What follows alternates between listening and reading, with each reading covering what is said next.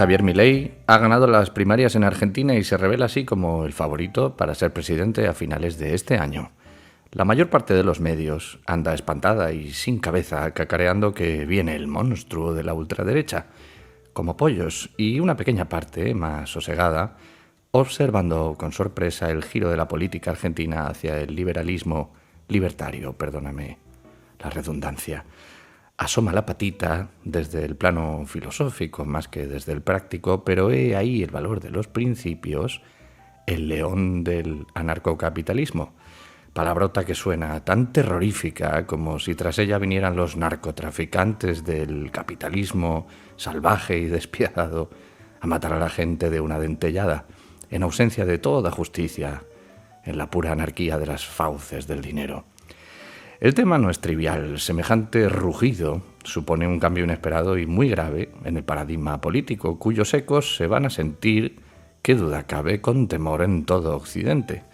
No estará de más, por tanto, que hagamos una reflexión sobre estos conceptos y que pongamos a la luz del papel las propuestas políticas de Milei, tanto prácticas como filosóficas.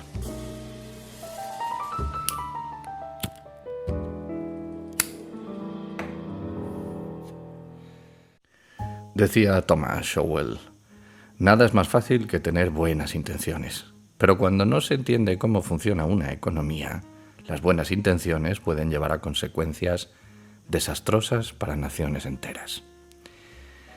Y en eso estamos con la vida de Argentina desde hace, 60 años o algo así. En fin, a Milei le han puesto esa bonita etiqueta de ultraderecha, que, como todas las etiquetas que usamos, simplifica un fenómeno muchísimo más complejo para que de un vistazo uno pueda ubicar la posición política de Javier sin tener que escuchar lo que dice y pensar por uno mismo. Si consideramos la ultraderecha como lo muy conservador y reaccionario, cercano al fascismo, encontraremos una definición del carácter de Milei completamente equivocada. Y quienes vierten este punto de vista lo hacen simplemente con la mala fe de desacreditar sus propuestas de forma interesada. Así que no merecen mayor comentario. Por otra parte, y este sí merece un poquito más de atención, si pensamos en la derecha como lo contrario a la izquierda y así en la ultraderecha como el extremo más opuesto, entonces podríamos andar mejor encaminados hacia las ideas de Milei, pero claro, caeríamos en la simplificación ingenua de la etiqueta izquierda. El caso es que el eje izquierda-derecha no sirve en este caso. No creo que sirva en ninguno, por cierto, pero en este, sin duda, no funciona. Como ya te expliqué en el ensayo titulado Izquierda, Derecha, Totalitario y Liberal, que puedes encontrar en mi web y leerlo tranquilamente en javiercaravaca.com, que por cierto, échate una pausa, que nunca lo haces, y pon un like, como llaman los modernos a este podcast, que me echa un cable en la difusión. Bueno, pues en aquel ensayo ya expliqué que no existe solo ese eje. Bueno, en fin, hay muchas maneras de entenderlo, pero David Nolan explicó que quizá era más oportuno no trabajar solamente con el eje izquierda-derecha, que sí, sino también con un eje vertical, mucho más pertinente aquí, según el cual pues hay otro que va de arriba a abajo, desde la libertad arriba, hacia el autoritarismo abajo. Da igual que sea arriba, abajo, izquierda o derecha, así lo pintó Nolan. Bueno, pues las ideas de Milei estarían arriba del todo, en el vértice de la libertad, tan lejos de la extrema izquierda como de la extrema derecha, aunque le duela a muchos periodistas.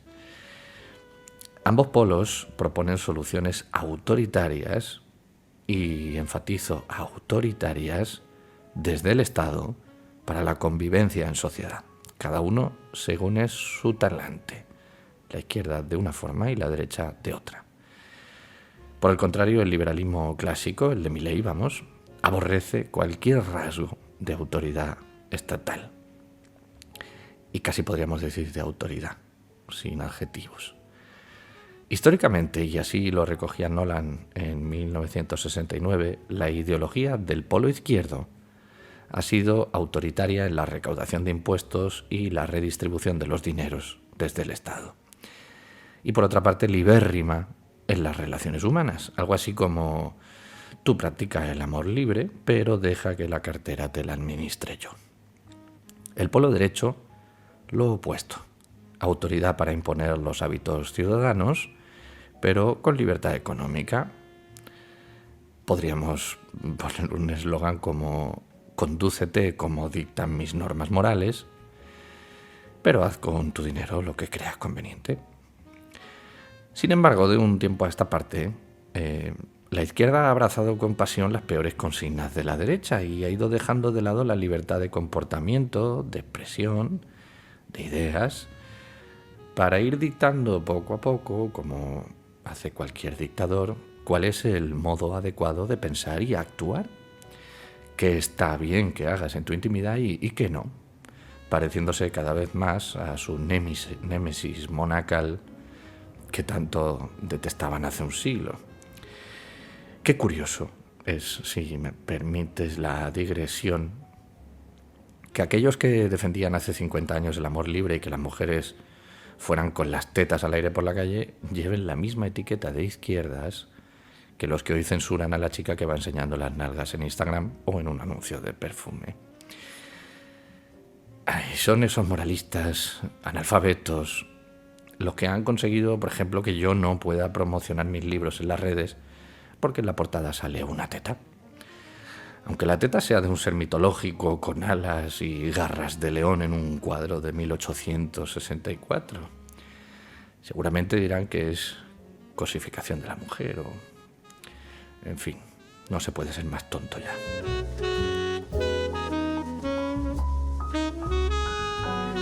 Como te decía, el eje izquierda-derecha no sirve para entender las propuestas de Milei, en tanto en cuanto ambos extremos se alejan de la libertad en un ámbito o en otro, sin olvidar que además la izquierda es cada vez más autoritaria en temas morales y sostiene consignas más propias de la derecha reaccionaria. La ideología de Milei es, en cambio, la del liberalismo clásico, y no en vano utiliza como bandera la definición de liberalismo de Venegas Lynch hijo, que habla del respeto irrestricto del proyecto de vida del prójimo, basado en el principio de no agresión y en la defensa del derecho a la vida, la libertad y la propiedad privada. Como ves, es una propuesta de mínimos, de convivencia muy difícil de discutir, salvo que uno tenga dentro un autócrata y necesite que todo el mundo le obedezca, que los hay en todas las casas, por cierto. Es decir, sea cual sea tu proyecto de vida, lo respeto sin restricciones, y para ello te doy mi palabra de que no te voy a agredir, defenderé tu vida, te dejaré libertad para obrar de acuerdo a tus convicciones morales y no te robaré. Espero lo mismo de ti. Esta idea tan sencilla y fácil de acordar entre las personas de bien, nadie tendría de hecho un amigo con quien no compartiera ese sentimiento vital, es el núcleo esencial que genera tantísima animadversión entre políticos y medios, llamémosle politizados, por cuanto supone, claro, una amenaza a la autoridad del Estado y pone coto a la capacidad de burócratas y oligarcas para vivir y enriquecerse a costa del esfuerzo de los ciudadanos. Sin embargo, hay más ciudadanos que burócratas, claro, y 1/3 de la población le ha dado su confianza a Milei. Sería estúpido pensar que hay tantos fachas en Argentina, ¿verdad? Un país tan manipulado por la izquierda desde hace décadas. Lo que puede pasar es que haya muchos desesperados, eso sí, muchas personas desafectadas con el peronismo, muchos que de tanto tiempo tan pobres ya no confían en esos que dicen defenderles. Es posible que buena parte de los votantes de Milei sean liberales de convicción, empresarios honestos, personas con todavía algún patrimonio que preservar, pero lo más probable es que la mayoría sean pobres, pobres de esos que venían votando a la izquierda durante generaciones y ya no aguantan más. Puede ser que todos esos pobres estén hartos de que el Estado imprima billetes a un ritmo del 150% anual, sustrayendo así pues cualquier activo de ahorro y de prosperidad, que estén asfixiados de regulaciones laborales y trabas comerciales, que ahogados a impuestos no alcancen con las ayudas estatales a malnutrir a sus hijos, que la inseguridad del robo y la agresión cotidiana haya alcanzado un extremo insoportable, mientras por otra parte la ideología progresista sostiene la impunidad del delincuente, que se pierda el tiempo en discusiones bizantinas sobre el machismo y la gordofobia y gilipolleces de ese estilo, mientras los jóvenes huyen del país para no condenar su futuro, y que encima de todo los oligarcas y burócratas vivan a cuerpo de rey a costa de la miseria de tanta gente. Puede ser que haya tantos pobres en Argentina que unos cuantos se hayan dado cuenta por fin que para arruinar de esa manera a un país tan grande y tan rico, el Estado ha tenido que hacer las cosas muy mal durante mucho tiempo. No olvidemos que hace 100 años Argentina era la tierra prometida de la prosperidad. Así que puede ser que en definitiva estén despertando los leones.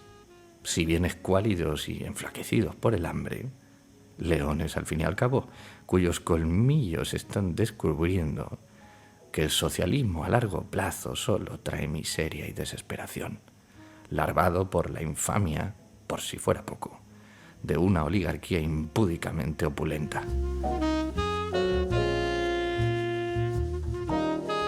Imagina un político que ofrece ciertos beneficios a quienes tengan más de 2 hijos. Deseará que aumente la natalidad, ¿verdad? Y hará lo posible por promoverla, ya que de ahí saldrán sus potenciales votantes, ¿no crees? Bueno, imagina ahora un político que dice defender a los pobres y a los necesitados. Inevitablemente tendrá el incentivo perverso de desear que haya más pobres y necesitados y de promover políticas que conducen a la pobreza y a la necesidad. Pues de ahí saldrán sus potenciales votantes. ¿Conoces algún político que diga que está del lado de los pobres, así de esta manera? Es triste, ¿verdad? De otra forma no se explica que se promulguen leyes del alquiler que destruyen el acceso a la vivienda, a sabiendas de que lo van a hacer.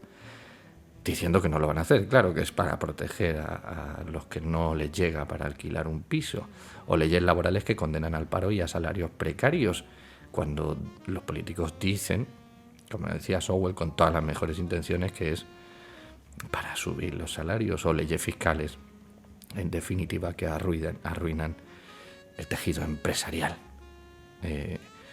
con la misma buena intención de hacer algo bueno y subsidiar determinados sectores.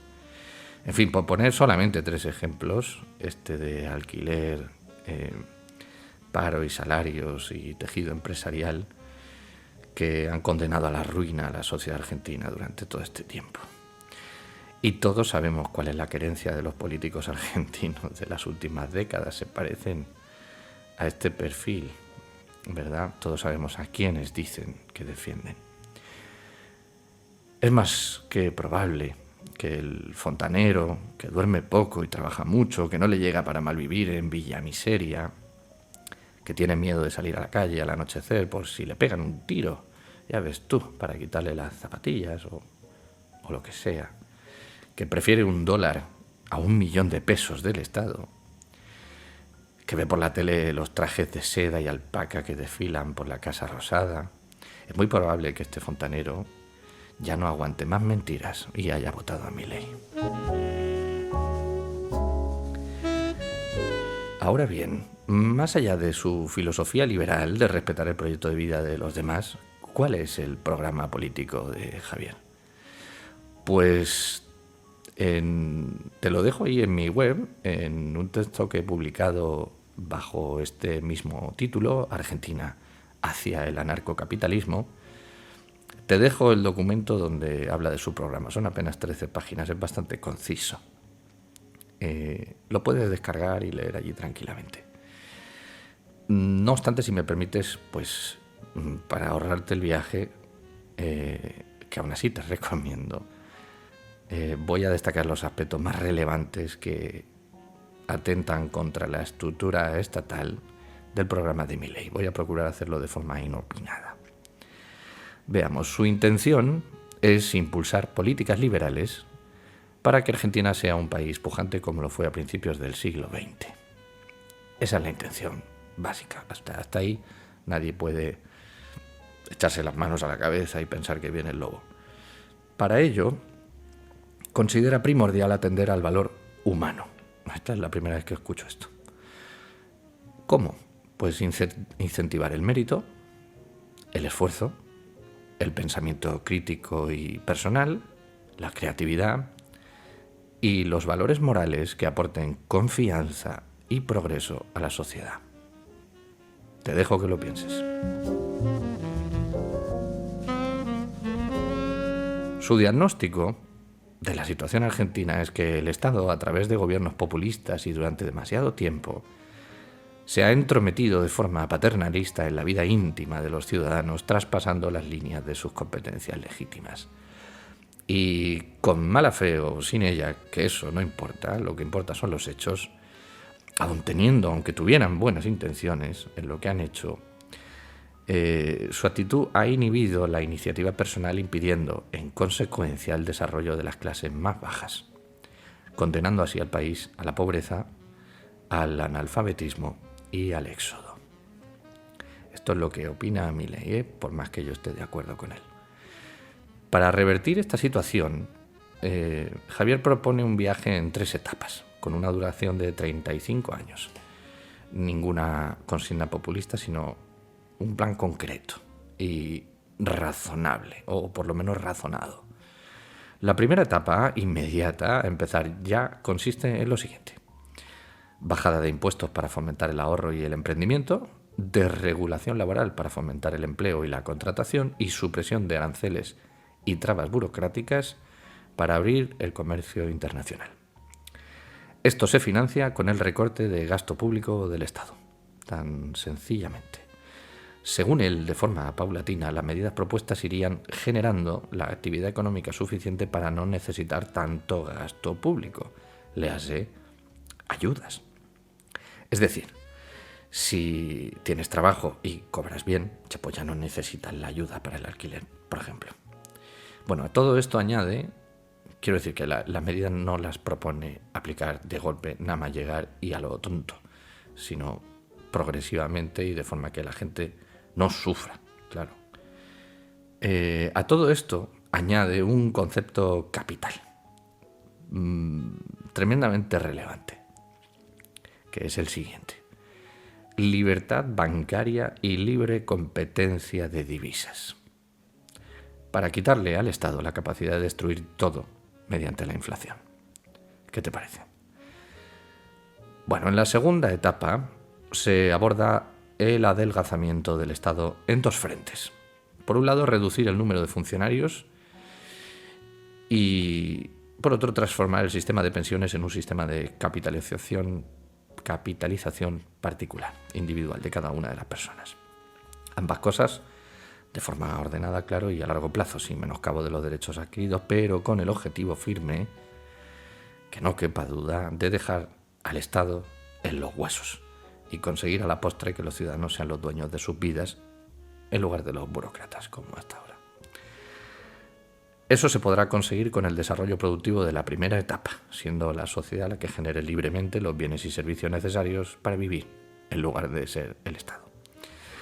En esta etapa, el Banco Central debe ser disuelto, sin más, destruida para siempre la varita mágica de la inflación. En la tercera y última etapa se ataca el sistema de salud, de educación y de seguridad social, los 3 grandes tótems. Milei enfoca el tema sin paños calientes.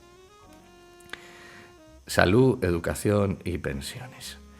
Lo que él interpreta es que una vez la sociedad sea lo bastante rica y madura, estamos hablando a lo mejor dentro de 25 años o 30 o algo así, es muy probable que con su riqueza y su madurez ya no quiera que sea el Estado quien provea todos esos servicios, educación, salud y pensiones, sino que sea cada uno de los individuos en libertad sin obligaciones, quienes decidan cuál es su proveedor, porque tendrán capacidad para afrontarlo con sus propios recursos, sin ninguna ayuda, y sabrán elegir bien y elegir el más eficiente.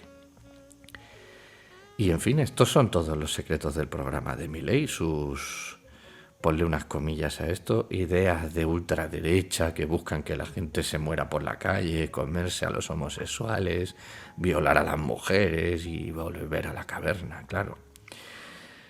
Sé que a mucha gente aprensiva se puede asustar cuando escucha que el Estado no debe, porque Milei es muy claro en esto, no debe, por criterios prácticos y por criterios morales y por criterios filosóficos, no debe proveer las pensiones, la salud o la educación.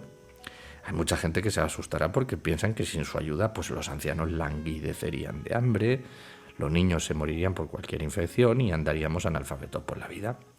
Pero cabe recordar que es un plan a 35 años, tras los cuales los ancianos tendrán un plan de pensiones personal de puta madre y no estatal, que le garantizará no poder malvivir como ahora, sino una cómoda jubilación en Mallorca, allí con los alemanes, como hacen los alemanes. Los seguros de salud privados, no quiero decir que los alemanes tengan unos buenos sistemas de pensiones, no, lo que quiero decir es que son ricos.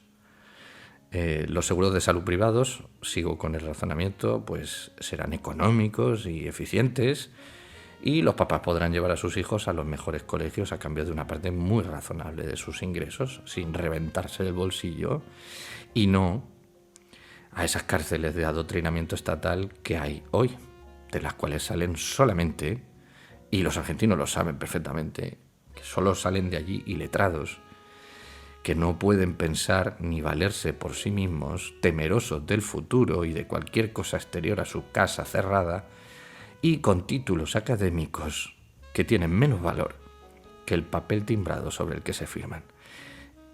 Y esta no es una hipérbole, esto es lo que pasa literalmente allí y lo que está pasando más o menos en todo Occidente, y España va a la cabeza de esa carrera.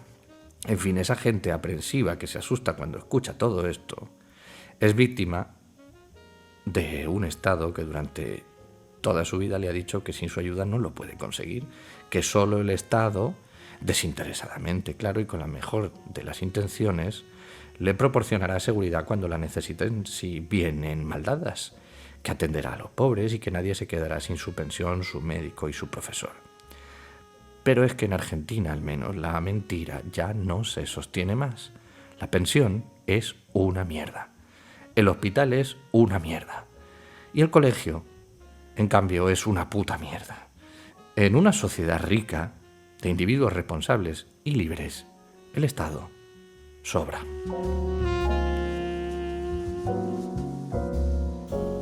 Ha tenido que llegar la cosa a la degeneración más extrema para que las ideas de la libertad calen en la sociedad argentina, para que no haya nada que perder por probar a vivir con un Estado diminuto, sin presupuesto ni competencias, porque lo que hay ya no puede ser más miserable. Argentina parece que corre la ventana de Overton en la dirección opuesta al resto de Occidente. El mayor éxito, a mi juicio, ya está conseguido. La izquierda peronista no tiene posibilidades de hacer más daño. O bien Milei o bien Bullrich, cuyas ideas, sin ser tan ambiciosas como las de Milei, se alejan también de la ruina. Un rayo de anarcocapitalismo se ha colado por esa ventana. Esa filosofía que vaticina una vida en libertad, paz y armonía, en la que el Estado desaparezca para dejar de monopolizar la violencia, en la que el valor humano, el único que existe, se capitalice para engendrar las sociedades más prósperas que jamás hayamos imaginado, en las que tú puedas desarrollar tu plan de vida sin restricciones.